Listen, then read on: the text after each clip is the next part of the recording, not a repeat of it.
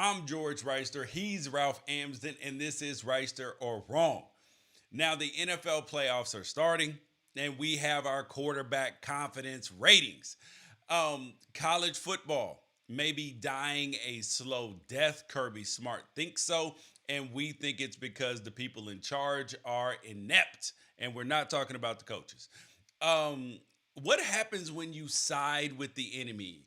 When somebody that you are diametrically opposed to uh, in beliefs, they say something real smart. Do you retweet it? Do you quote it? Or do you just gnash your teeth? Wharton students think that the average American makes $800,000. Boy, oh boy. Sorry, newsflash. A reporter gets hit. What does that mean? And some people said, they can't believe Jamaica, we have a bobsled team. And Instagram wants you to subscribe like OnlyFans. So, you guys, this is Right or Wrong, the intersection where sports, business, society, and pop culture meet the truth. You can shoot us an email. I'm mad, IMMAD at unafraidshow.com, or shoot us a text message, 818-293-7547. All right, Ralph. So we'll start with the NFL. We got games this weekend, Saturday and Sunday. A lot of legacies on the line. People trying to get their second Super Bowl, separate themselves, get closer to Tom Brady. Tom Brady's trying to distance himself the way nobody can ever catch him.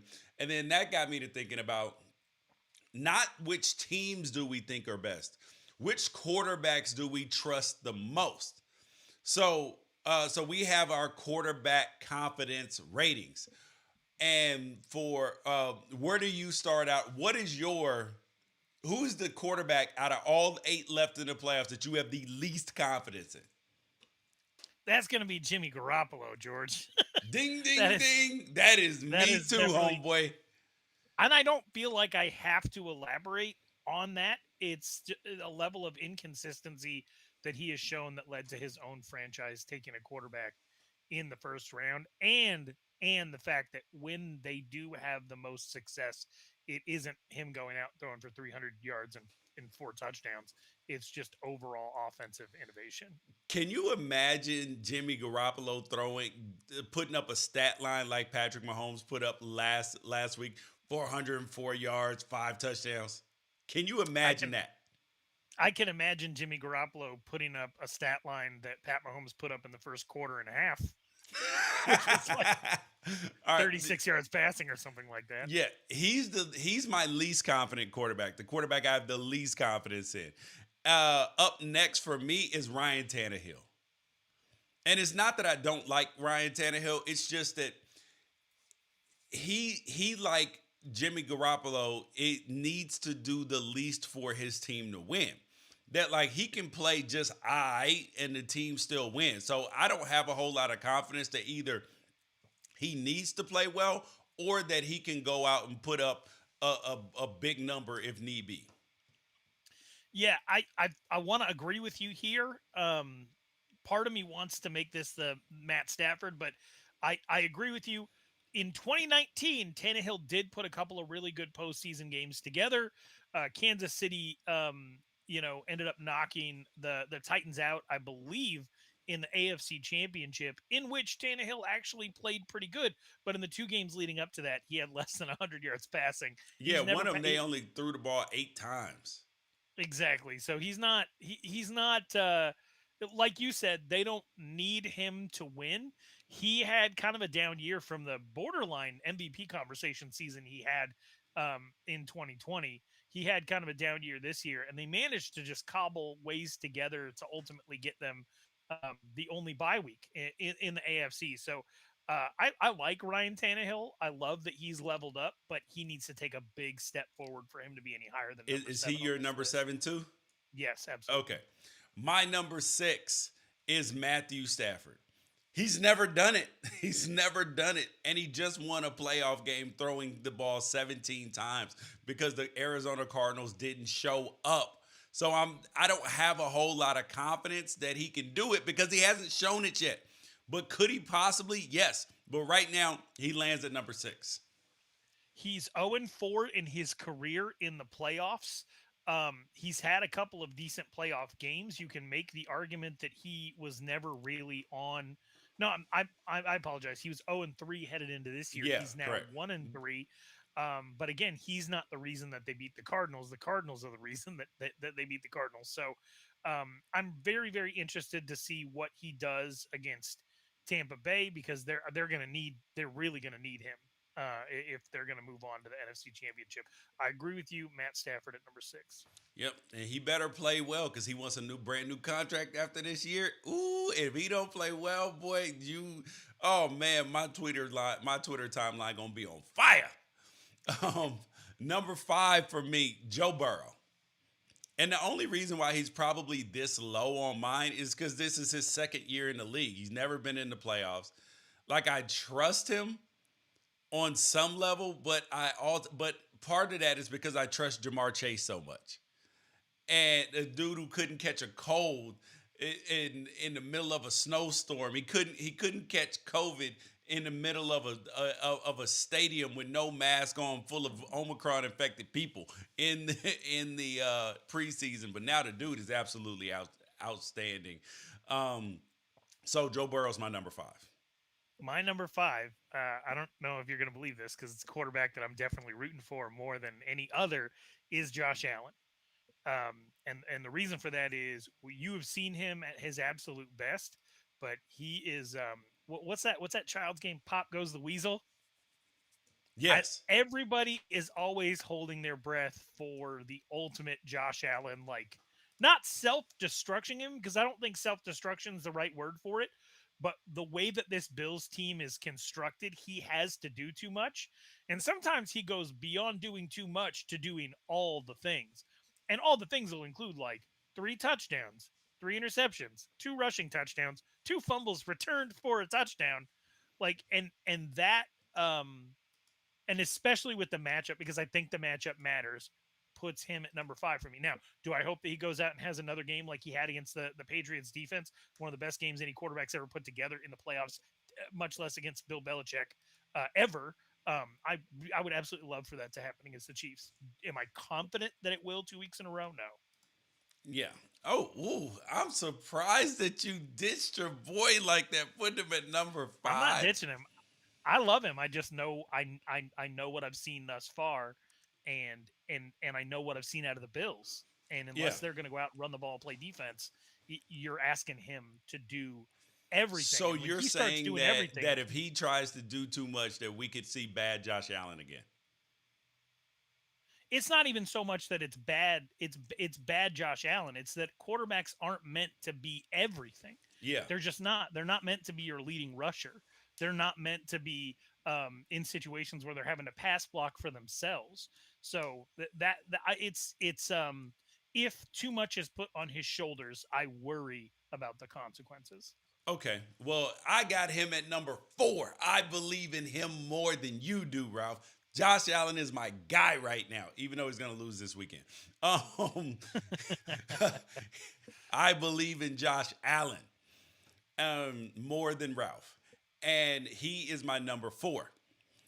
Who's your number 4?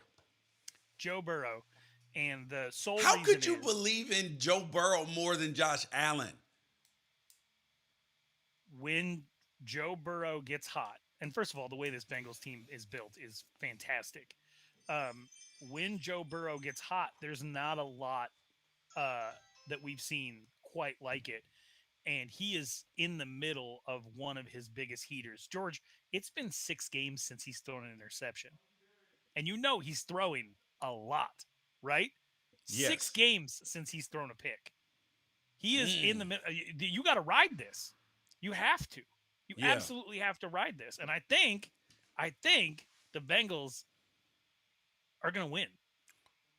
I don't think that that's impossible, bro. I do not think it's impossible. All right. My number 3 quarterback, and I waffled on this a lot.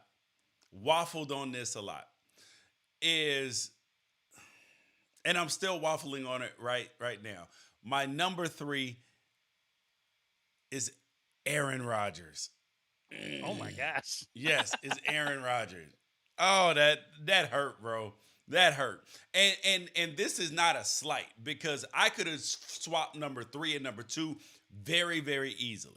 Because Aaron Rodgers is obviously Aaron Rodgers. He is accurate. He doesn't turn the ball over. When they lose in the playoffs, it's usually not his fault. Last year, he had a coach who went for it on. I'm sorry, who kicked the field goal on 4th and 8 from the 8 with 2 minutes left. So you still needed a touchdown to win. That's the part that was insanity to me. But anyways, yeah. So I don't.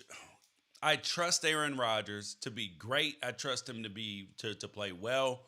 Yeah. So he's my number 3. Okay, my number 3 is Tom Brady. Now, Whoa! right. Damn. Okay. And it's not meant to be an insult against Tom Brady. We have to throw out the fact that he's 44 years old because it just doesn't seem to matter. Um, and yes, he does have 21 more playoff wins than the next closest quarterback, Joe Montana, who Okay. has 15. So it would be absurd in any other circumstance to put your confidence level in any quarterback higher than Tom Brady. But I think the issue is here.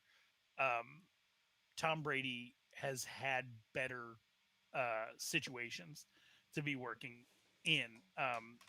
And you gotta even though he's on a hot streak, you got an older Rob Gronkowski. You're missing two of your best receivers. Your primary running back is not available, No, even though we're they've been just running the ball trusting the okay, quarterback. We're trusting the right? quarterback. And every single one of and this is a legitimate argument that I've seen people make for years and years and years. Every single one of Tom Brady's Super Bowl wins has been a group effort. Correct. There has not been one where it's been like, "Oh, Tom did this." Has Tom Mm. Brady done things in those situations? Yeah, but Mm. like they are missing a lot of pieces, so that group effort's not going to be there in the way that it Damn. has in years Bro, before. that's real talk right there. That's real spit. You almost made me change my mind right there. Almost made me change my mind. That was a good one. That was a good Okay, one. so who's your two? My number 2 is Aaron Rodgers. I no, I'm You sorry, used your number Aaron three. Rodgers. No, no, sorry. Like, My oh, number did I actually make you change your mind? my number 2 is Patrick Mahomes. Okay, In his young career, this dude has been able to just pull a rabbit out of his hat. And now that I think about it, now that your argument is there, I should have made him number 1 because that Super Bowl last year where he had no blocking, he still just continuously dropped dimes on people even when he had to throw the ball horizontal, hitting people in the hands. They just dropped him. He had no protection. So I actually should have him number 1. Actually, I'm changing. He's number 1 because this is a dude who is, no matter these circumstances, he will do his job to a very high level. So that puts Tom Brady now at number 2 and Patrick Mahomes at number 1 because he does his job no matter what, no matter the okay, circumstances. okay. He did. You're right. In the Super Bowl, he did not receive a lot of help, and he did play well. So maybe you have to throw that out. He's had a lot of success in the playoffs in his young career, even when they lost in the AFC Championship in 2019 to New England. Yeah, when they That jumped was a off 300 yard, sides. 300 yard passing, 3 touchdown game. So it almost makes you wonder what would have happened if Kansas City had him as the starting quarterback in 2017 when they made the playoffs, because it's just been he's been putting on a clinic ever since they gave him the reins. Yes. He threw for 400 yards last week and 5 touchdowns. You would think I'd make him my number 2, but I'm not. He is no, you'd think I'd make him my number 1, but I'm not. He is my number 2. Aaron Rodgers is my Oh. number 1, and because it's the Aaron Rodgers revenge tour. Some people have that like Michael Jordan thing where they're able to manufacture a bunch of problems for them to use as motivation. Aaron Rodgers hates his family. He hates the city he plays in. Hates the team he plays for. Hates the media. Hates the media that covers him. Hates the liberals that root for him. He is, and he hates the conservatives who think that he is one of them. he is being fueled by pure hate right now, and he is on the best year run we've ever seen out of a quarterback. Now, obviously, no Super Bowl has come of that, but just statistically, the best 3 year run we have ever seen, including the quarterback god Patrick Mahomes and what he's been able to do. Like I've never seen anything like what Aaron Rodgers is doing, and I'm really hoping that he keeps it going because it's been a lot of fun. Yeah, that makes that is a really, really good point. All right, those are our quarterback confidence ratings. I cannot believe that you put Aaron Rodgers at number one. Oh my God! But your reasoning is somewhat sound, so I'm okay with that. I can't be on this show and not have a reason because I get made fun of. All right, now there are reasons why people believe college football may be dying, and here's what Kirby Smart had to say with an interview with Reese Davis, because mind you, he just won a national championship. And of course, with his defense, you would expect a bunch of guys to go to the NFL, which everybody expected. But now he's got starters in the transfer portal, and he said it prior to the game that he thought that there would be, an exodus, and he was right, boy. Like it's gonna take them at least another recruiting class to rebuild after a national championship because of the portal. And here's what he had to say to Reese Davis. It worries me, I'll be real honest with you, where the game of college football is going. First concern I have, the best leaders and the best men to run it and be organized with it are leaving. Because you said relentless, the best coaches are going to the NFL because they get more time with their families. They want no part of NIL, portal, constant recruiting. And you say, well, why not? Go live it and see how long you want to do it. It's not what it used to be. And I see coaches left and right, you know a lot of them, that have stepped out of this game that are saying, I'm done. Good men, great leaders, they don't want to be a part of it. That concerns me for the future of it. Where's it going? Okay, what's your takeaway from that, Ralph? I loved it. I loved it. And I think that he's right. I think that the current set of circumstances in the NCAA and in college football is most attractive to grifters and bad men. I don't think that it is an attractive situation to teachers and shepherds and mentors. I think that it is primarily attractive Mm. to people who are looking to get paid, people who have a dog eat dog mindset, people who trend toward cutting corners, and people who are willing to sacrifice the people in their lives that they care about the most for career oriented goals. I think that he's absolutely tapped into a truth that we need to address and needs to be addressed at the NCAA level, or we will continue to see um, a devolving of the leadership class within college football.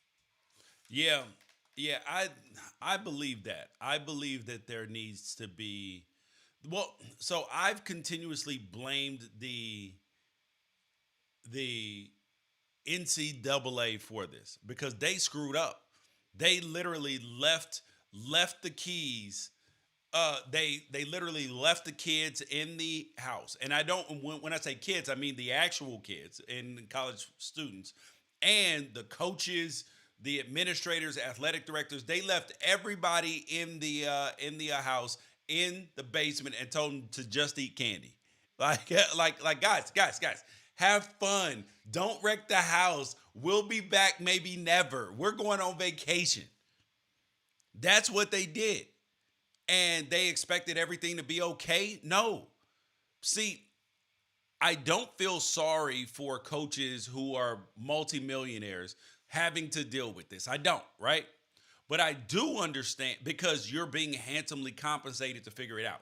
But I do understand their frustration because it is like the mentality is changing on some level. In terms of you want players who want to come in, compete, go through some hard things, learn some personal hard lessons. And you understand if you're not getting playing time or any of that, yes, that you should be allowed to transfer or if it's not the right fit for you.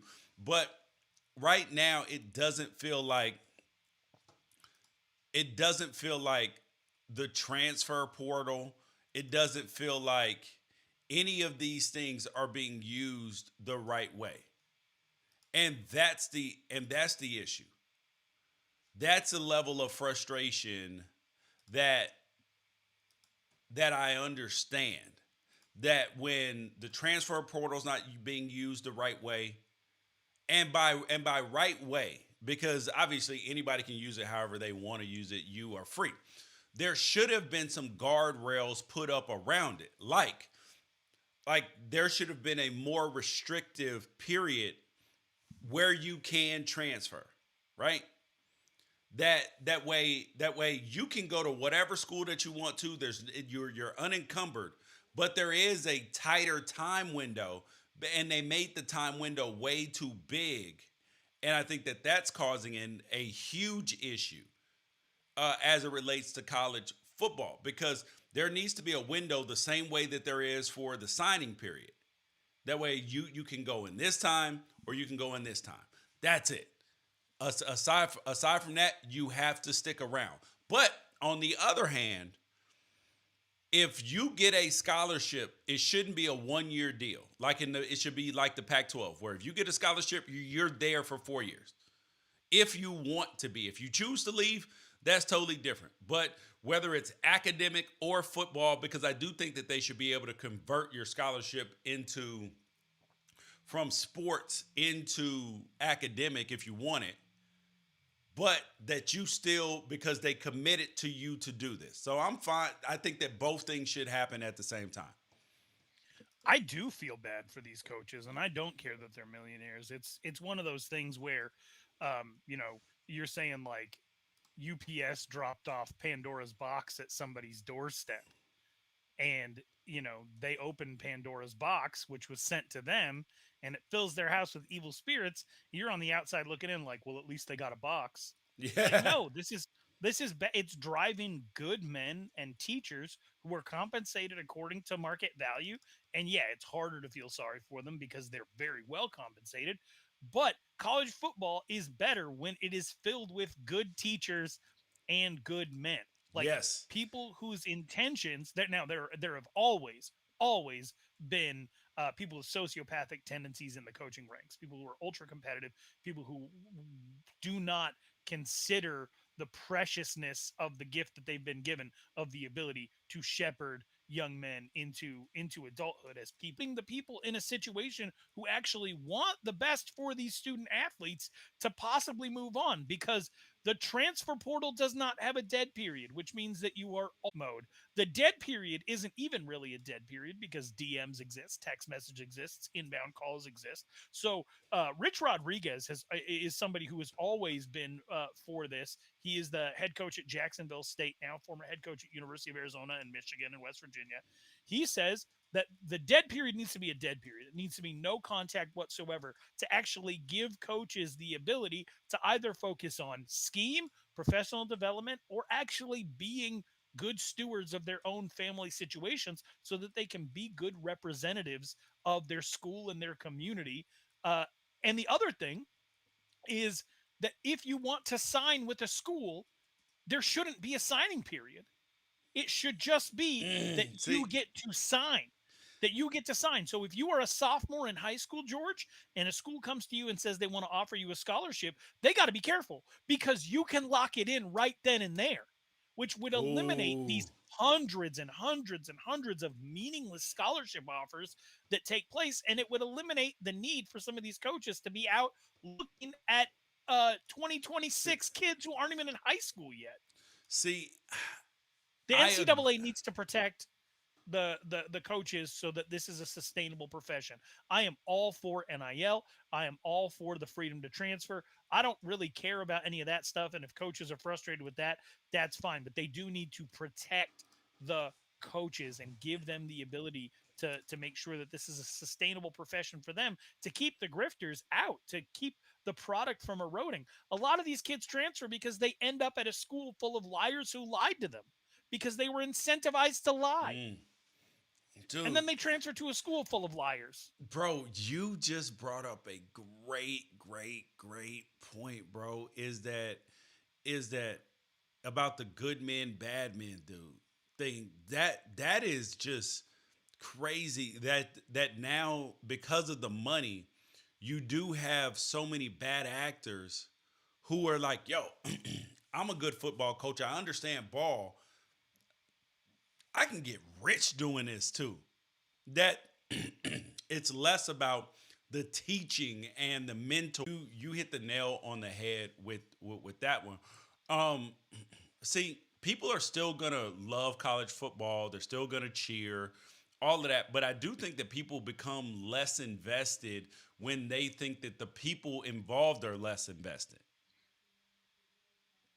Yes. Yes.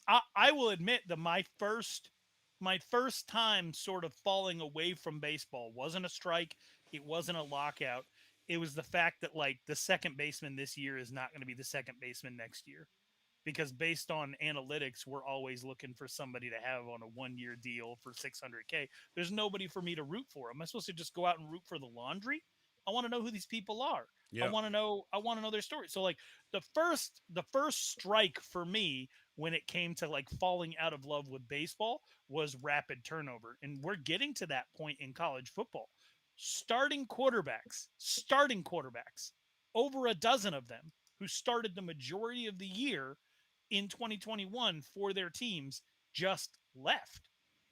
That is going to cause an erosion of fan affinity.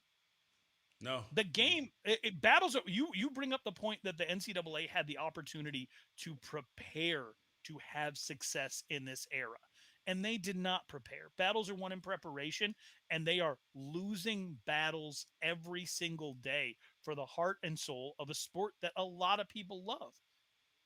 Yep. And I 100% blame them, but they have to do something. They have to do something to wrangle this. And I agree with Kirby Smart. I agree with Rich Rodriguez. I agree with you. Like there is an erosion that's taking place right now, and yeah, maybe we still see full stadiums for the next couple of years, but there's going to be people who are 30, 40-year diehards who would have been 50, 60-year diehards who walk away. Is it worth it? Yeah. See, yeah, and the issue is this, right? Is that he's talking about them wanting to believe that him wanting to believe that there was like that coaches are going to leave and go to the NFL, right? Hmm. And and part of that is and part of that is I get it, right? I do get it. I get that they're going to want to leave, but there's a finite amount of jobs. So are they just going to stay in college hating it there? Because they're football coaches. They're not going to leave and go, go practice law or go sell insurance. Right. So what happens to the coaches who don't get to go to the league or realize the league ain't for them? You have coaches now that are good men and good teachers trying to keep up with the way that things are trending, and some of the practices they are engaging in demonstrably show good men breaking bad. They really do. Look at Arizona State, George. Yeah. Nobody has ever talked, and nobody who knows Herm Edwards on a personal level has ever said one bad word about him. In fact, when he left ESPN, grown men and women cried on air. When have you seen that for any other? Did that? Everybody loves Kenny Mayne. Did that happen when Yeah. Kenny Mayne left? No, No. no, they were just sad but like happy. It was a Yeah. celebration. 2 years into the Arizona State experiment, you fire Charlie Fisher, who left a head coaching position to come and work for you. You fire Rob Likens to hire young men who can get kids. Yep. And those young men who can get kids are on administrative leave while your school is under investigation. This type of stuff is happening all over the country. Like it, you are the current system is incentivizing people to cut corners in order to have success. Yeah. Yep. And you can argue that that's not a moral issue that you should care about, and you should do everything within your power to be as competitive as possible and not get caught, to return the investment that your fans put into you. They want to see you be good. They want to see you have success. And you can also look at it the other way and say that character and integrity and who you say you are matters beyond the world of college football, beyond the world of fandom, but like actually what you put out into the ether, your energy as a human being, that those things are what you'll eventually be judged by, and those things matter as well. It really just depends on your perspective. But when we see good men breaking bad to keep up with a system that is poorly designed, then what else are you supposed to do?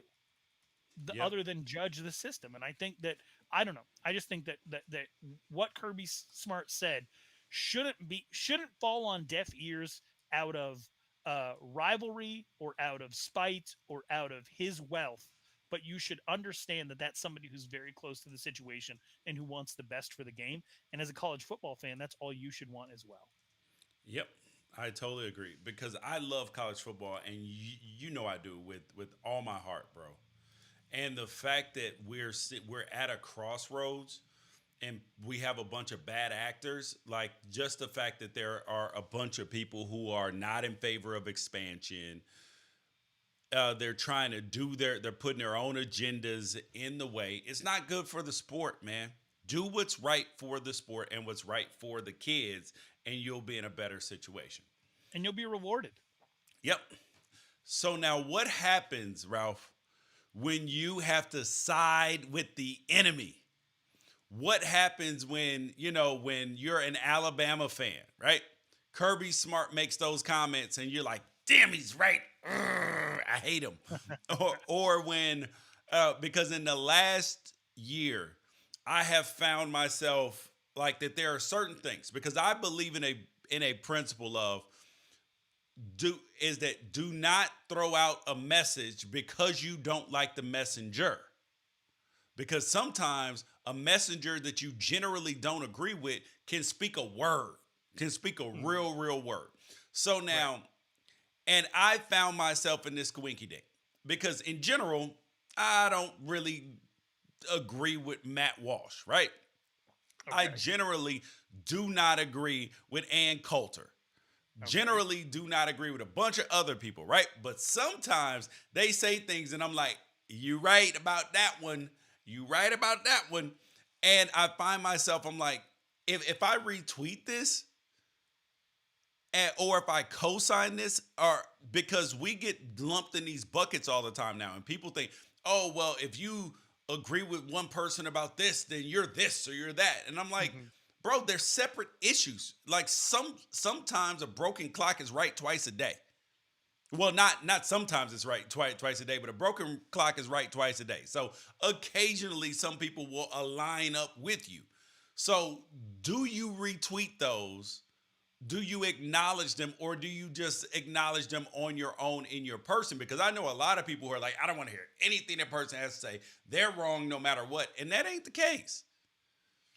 Yeah, I would say that I struggle with this. I haven't given up to one side or the other. I don't hold my values and opinions in such high esteem that I celebrate when anybody of note comes around to the way that I think. And I certainly don't write off any human being entirely. But you bring up a guy like Matt Walsh. Matt Walsh professes to be a thing that I profess to be, and we have very different takes on what that is. And I find him to be rather graceless, and I find the people that regularly agree with the things that he says and champion his ideas to be people that I don't have very much in common with. But if he says something that I agree with, I don't necessarily take it as an affirmation that I'm right. I just understand that, like, if my values are consistent, there are going to be people who end up in the area that I'm in. I look at it like baseball. If I'm a first baseman and somebody gets a single, they're not also a first baseman in that moment. They're on first base. They're in my territory, right? Yep. And they can be in my territory because that's where I exist. I've established my values. I understand who I am, and when people come around to that, I can acknowledge it. But that doesn't mean that I got to follow them to second base, right? My job is to be a first baseman. And so, like, I think that it's important to just know who you are and not be a sycophant, because Yeah. that is the period of time in history that we have entered, is that you can have somebody come along that you sell out for completely, and when they come out and say something that goes against your values, you go along with them.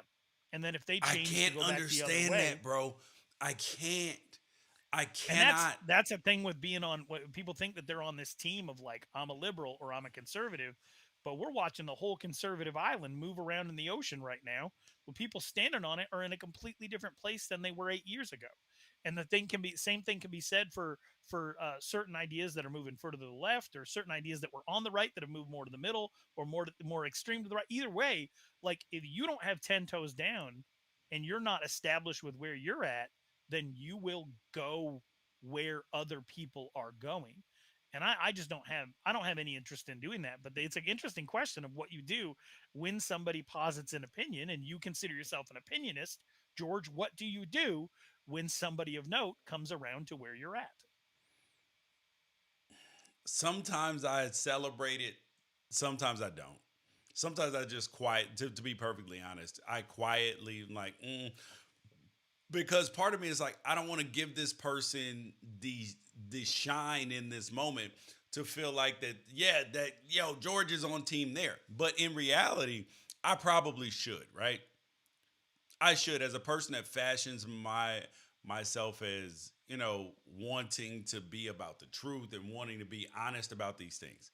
I should. And I'm gonna do that going forward. So if you're on my timeline from now on, you might get all kind of stuff. I've made a decision today. We're not hiding from these things, but some things we will keep in the DMs though. Like I just had a DM conversation last night about a Dr. Phil clip that is not safe for work, buddy. I think that there's also just things that, like, you have to ask yourself, like, is my opinion on this for me? Is my opinion on this for everyone? Is my opinion on this necessary?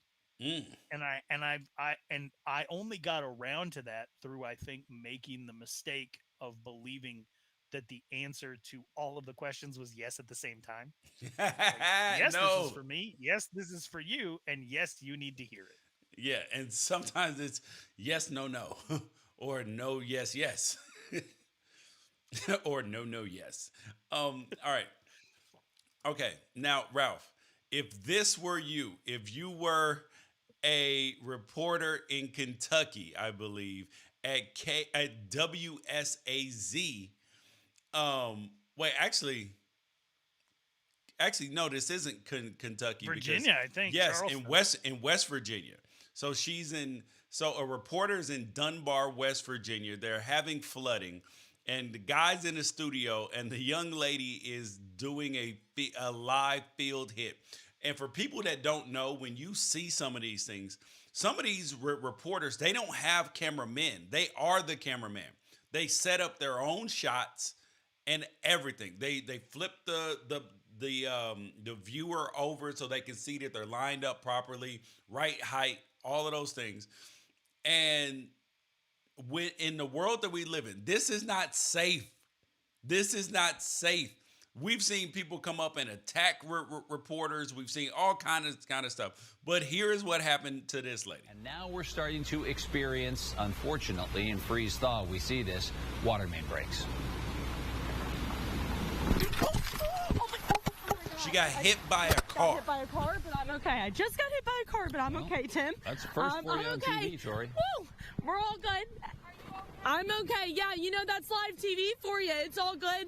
I actually got hit by a car in college, too, just like that. Wow. I am so glad I'm okay. Yeah. You're okay. You're okay. We're all good.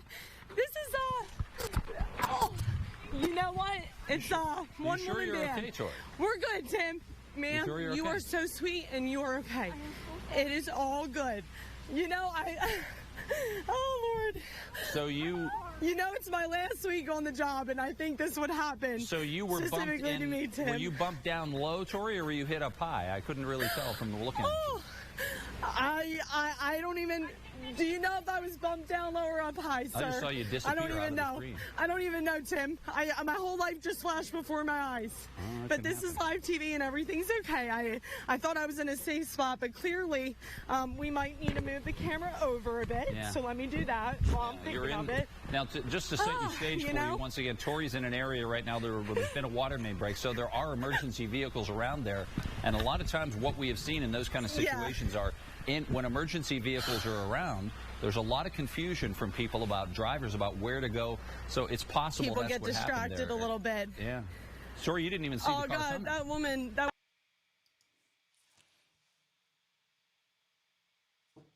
She's so gangster for that, bro. But I guarantee you, she woke up this morning like, oh, my neck, my back, my neck, and my back.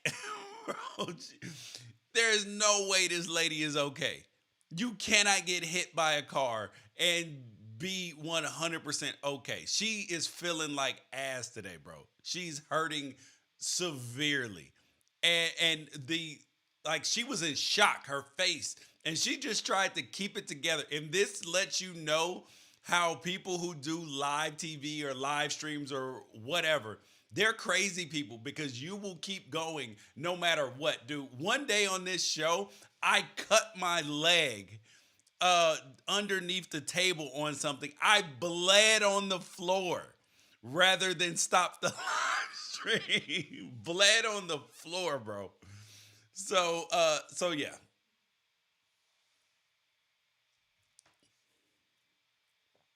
We can't hear you, Ralph. I had to mute myself to keep from swearing. I hate everything about that video, and everything about every reaction to that video has been Why? really hard to stomach all day. Because because you get into the whole thing of like when somebody affects a media member and you work in media, you follow a lot of media members, everyone's going to have an opinion. And then everybody that follows those media members gets their opinion on a subject that they either have no experience with, or they feel like it invites them to also partake in the giving of opinions. So my entire timeline all morning long has been everybody commenting on everything from the driver to her to the nature of news as a business to the reaction of the anchor and whether or not he's a dick He for cared not enough expressing for immediate concern. And it's a few of the things I do find interesting because, and this will get us into one of our next topics. People on TV, unless you're an anchor, are paid peanuts. And I say this as a former teacher that I would not have left teaching to do television news. Oh And I was the lowest paid teacher in my school and in the state. I was made the lowest amount that you could possibly have even been able to make teaching high school. So, I would not have left to do television. So they are paid absolute peanuts, and not a lot of people know that. And to be out there working for a station that's making you do a live hit solo, like that's not super safe. So you've seen a lot of people comment on that. One of the first things that came into my mind was like, shut up, shut up, shut up, shut up. Don't say you're okay. Don't say Correct. anything. That's the thing I was saying. Do not say you're okay because you may not be okay. Right. And you've just created literal viral evidence to the contrary. Yeah, but I could do think fully that be people fueled out will of be the way that you were trained as a journalist. Yeah, but if I'm on a jury, but maybe I'm a different person. I'm looking at her face and I see the shock on her face. And she's like, I'm okay. I'm okay. And I recognize too, as a person who played football, sometimes you feel like you're okay when you walk out of the stadium. And then the next day you're like, oh, snap, I'm not okay. Yeah. Yeah. And she ended up, she said it was her last week on the job before she moves to another station. And now she's become a viral sensation. That was scary. That was, and that was like legitimately scary too. I think Hell that like, yeah. um, that there wouldn't have been anybody from the station out there to support her in that moment if she was not. Okay, I don't have any comment on the anchor though. I think all the comments about whether he did or did not, I think he did everything he was trained to do, Yeah. which was keep the situation under control, stay calm, stay communicative. And I don't that's what he I don't have an did. issue with him. Yeah. Yeah. I have no problem with him as well. Now, on to the Wharton School of Business, which is one of the top business schools in all of the land. So, um, a teacher said that she went and asked Wharton. Wait, is she a teacher or a reporter? I forgot. I think she might be a journalist. Yeah.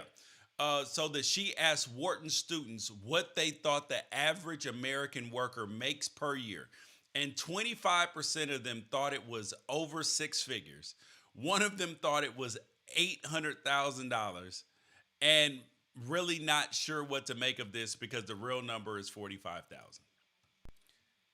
And so I took from this, right? Obviously, there are some people who go to Wharton, or at least a decent proportion. I would guess 50% of people who go to Wharton are probably come from a family of professionals, right? 50% or more. Right. 'Cause Whether it's Wharton is the business wing of University of Pennsylvania, which is an correct. Ivy League school. Correct. So I would venture to say that better than 50% of them come from families that, and in general, I'm a good estimator. So, and I feel like 50% is low, but I feel safe saying that What do you 50%. think? What do you think the cost of a master's in business? Because that's typically like a 16 to 18 month program 16 to 18 months for an at MBA. Sure. at Wharton. Yeah. 16 to 18 months, so that's almost 2 years. I'm gonna go.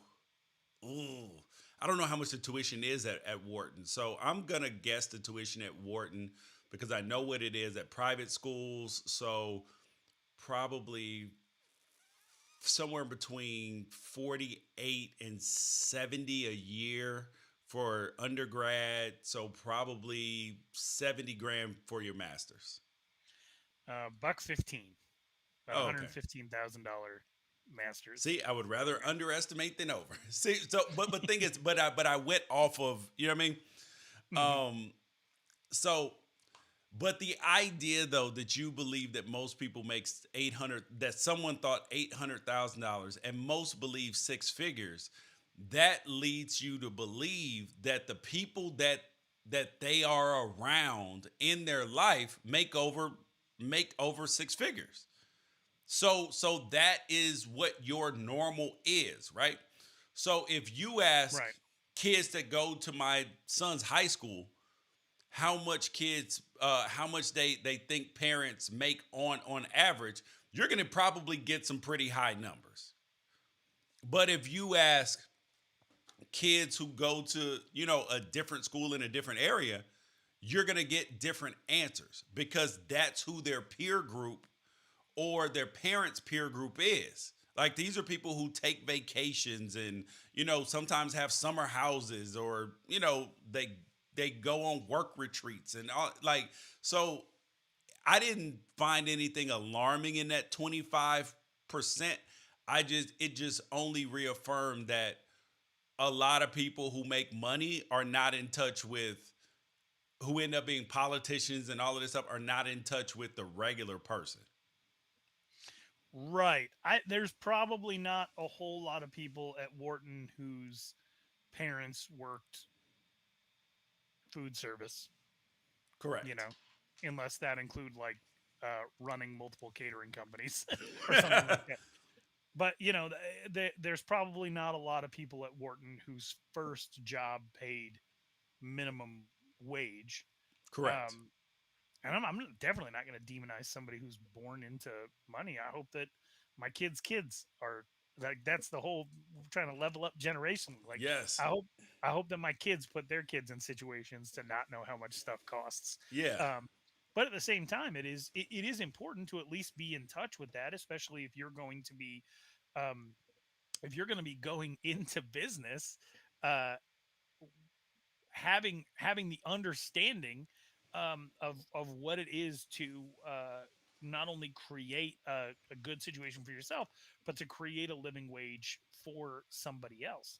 And I think that that's increasingly important. The one thing that social media has done that is definitely positive is it's given an equal footing of voice to the working class. Like, people can share their employment experiences. You have websites like Glassdoor, you have all of these other situations where people can review their employers, they can talk about their salary, they can understand the salary of all these other different organizations and make good decisions for them on where they want to go work. And so you don't want to go out into the business world being ignorant of what it is you're doing for people. But hopefully some of those students are so stupid that they go outside and they start businesses where they do start people out at six figures, because like, can you imagine that, like, their ignorance actually creates better situations for working Yes. class people because they Exactly. set out to pay people six figures? That'd be Or fantastic. they get into business and they're like, oh shit, I can't pay people this. Right, right. And that's I was a dummy. yeah. And I do think that, like, I think that people we hear more and more about, like, living wage, and the average if you let's look at that $45,000, George. If you were in 6th grade and athletics wasn't like there was no, like, professional athletics to look forward to, and somebody told you, like, man, you could grow up and make $45,000 a year, what would you have thought of that in that moment? I would have been like, okay, wait, how old am I? Like 12. Like 12, and somebody said, like, man, you grow up, you get an accounting job, make $45,000 a year. I would have said, that doesn't sound like a lot, but I mean, I guess I mean I was looking forward to. I was like, I want to make $1 million. Like Right. that I number understand in that. and Yeah. of itself, like, held some significance, even though I didn't understand it. That number meant something to me, though. Yeah. I would have, at 12 years old, I would have looked at that and said, like, how much is an Arby's melt and how much is a movie ticket? Can $45,000 get me a movie ticket on Saturday? Because I'm just gonna movie hop anyway. I'm gonna go to 4 movies for the price of one. Yeah. And then can I get an Arby's melt afterward? And if the answer is yes, then you could pay me $1 million or you could pay me $20,000. It wouldn't have mattered. I probably still think that way, but, like, I don't I don't think that I genuinely don't think that that would have been something that was, like, terrible to me, because I'm not sure what my financial priorities were at the time. It'd be interesting to talk to some of these people who answered that survey that believe that that's what the average salary is, just to see what their mindset was when they were younger. Yep. Well, that makes sense. All right. So, oh, here we go. Some people say, them can't believe. Jamaica, we have a bobsled team. We have Yes. the Wanderers. I know one junior. You, Sanka. The fastest of Jamaican sprinters. Go to Olympics, fight for Jamaica. Of course. Cool Runnings. Some people say they know they can't believe Jamaica. We have a bobsled team. Bro, the reason why this is important, aside from that being one of my all-time favorite movies, right? I've seen that movie probably more times than I've seen any other movie that I've ever seen. Rest in peace, John Candy. Yeah. And now Jamaica, after over 2 decades of not qualifying for the Winter Olympics, has qualified for the 4-man bobsled, and they qualified in 3 different events, and I love it. And I'm going to be cheering for Jamaica like you mean like penguins and igloos and ice? And, dude, there's nowhere for them to practice. I'm the best push cart driver in all of Jamaica. I must drive. All right, I have a see question. pride. I see power. I see a badass mother who won't take no crap off nobody. You sound like Chet Hanks. I have a question for you. Okay. Let's say that it comes down to the last day, the last run, United States versus Jamaica. Who are you cheering for to take the gold? Oh my God. Are you kidding me? To take home the gold or just Yeah. or To the take home the bronze gold. or the bronze. Like one's got to get a bronze and the other one gets nothing. Because if one gets the gold, right? Because if one gets Okay. the gold, the other one still gets a good prize. So True. you can up the stakes even more by making it a bronze and Okay. for Okay, so one is going to medal, one is not going to medal. Like the United States is in third, in line for the bronze. Jamaica's about to make their final run. What are you hoping for in that moment?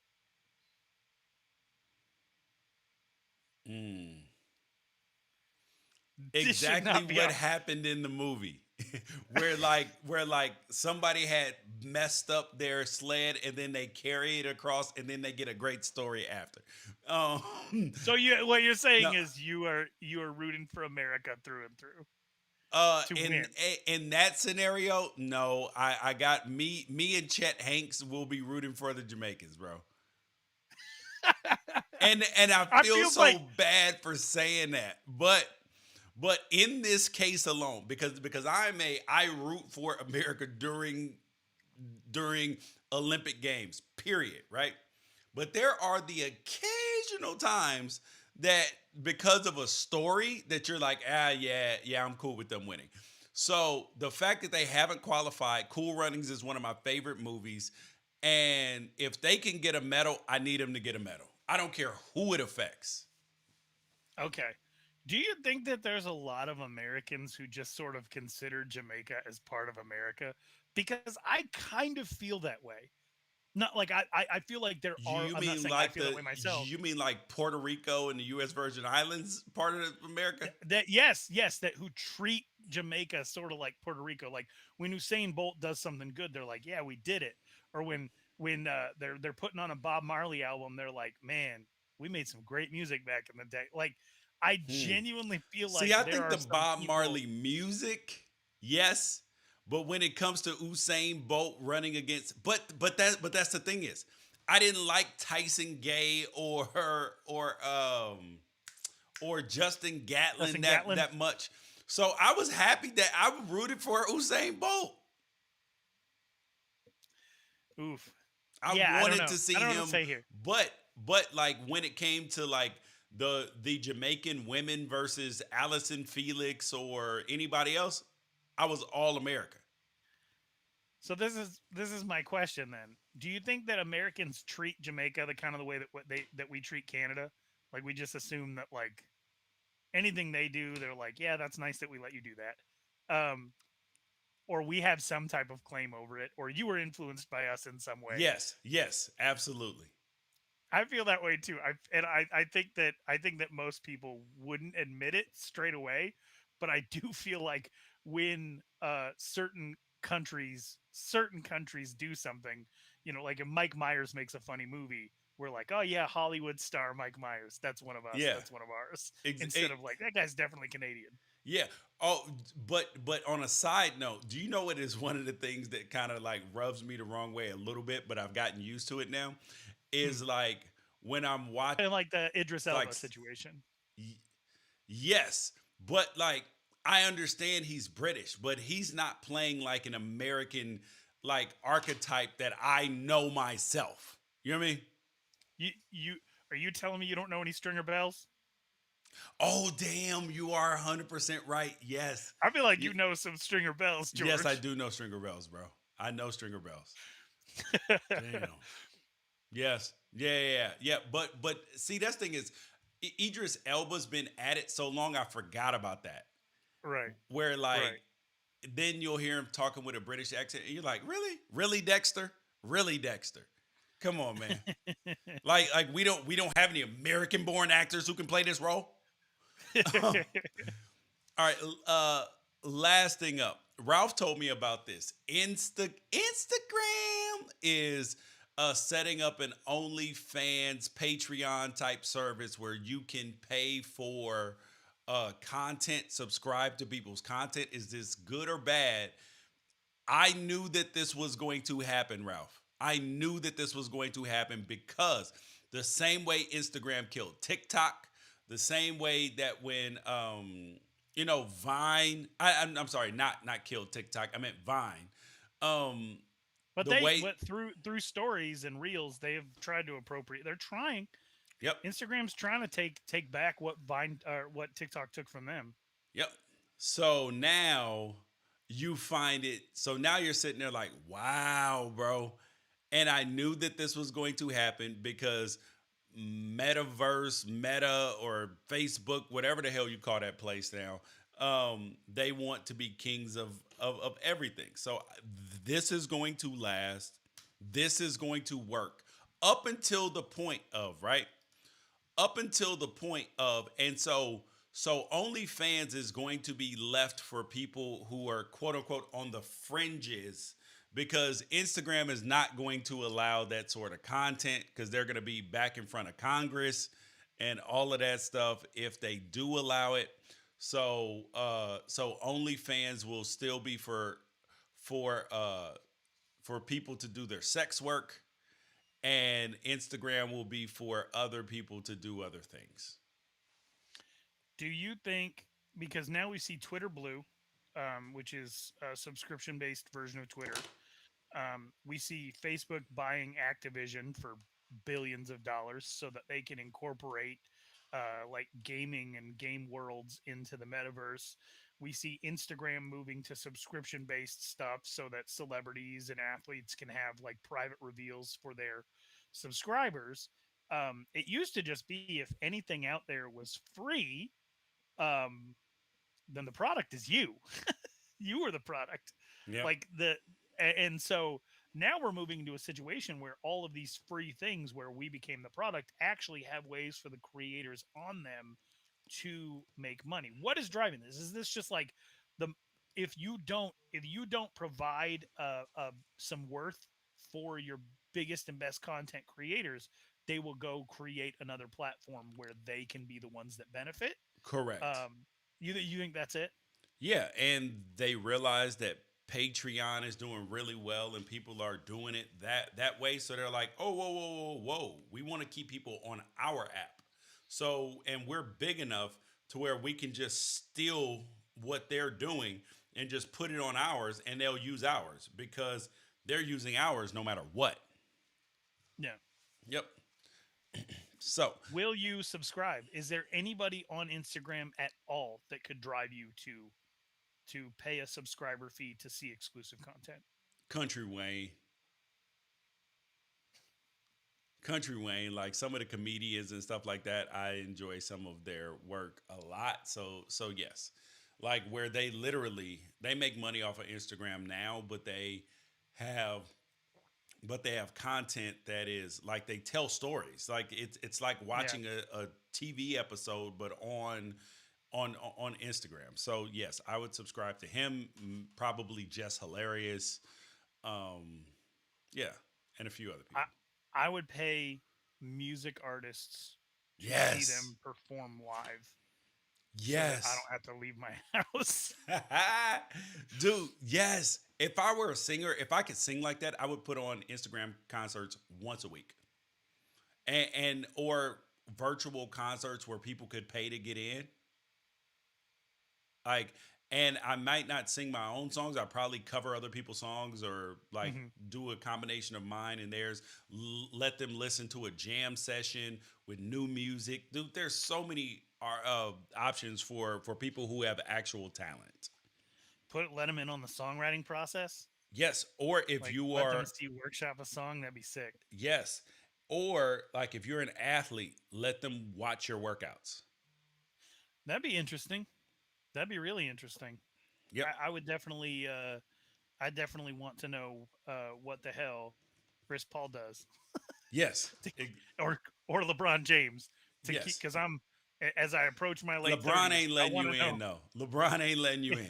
But he's gonna he'll start the LBJ6 method, and then you can pay for it that way because it'll Yeah, be I just want to know what franchisable and anybody who is over the age of 35, what are you doing to not make weird noises when you get out of bed in the morning? I just want to see it. I love it. You guys, that is Reister or Wrong for the day. I'm George Reister. He's Ralph Amsden. Peace out. Catch you guys later.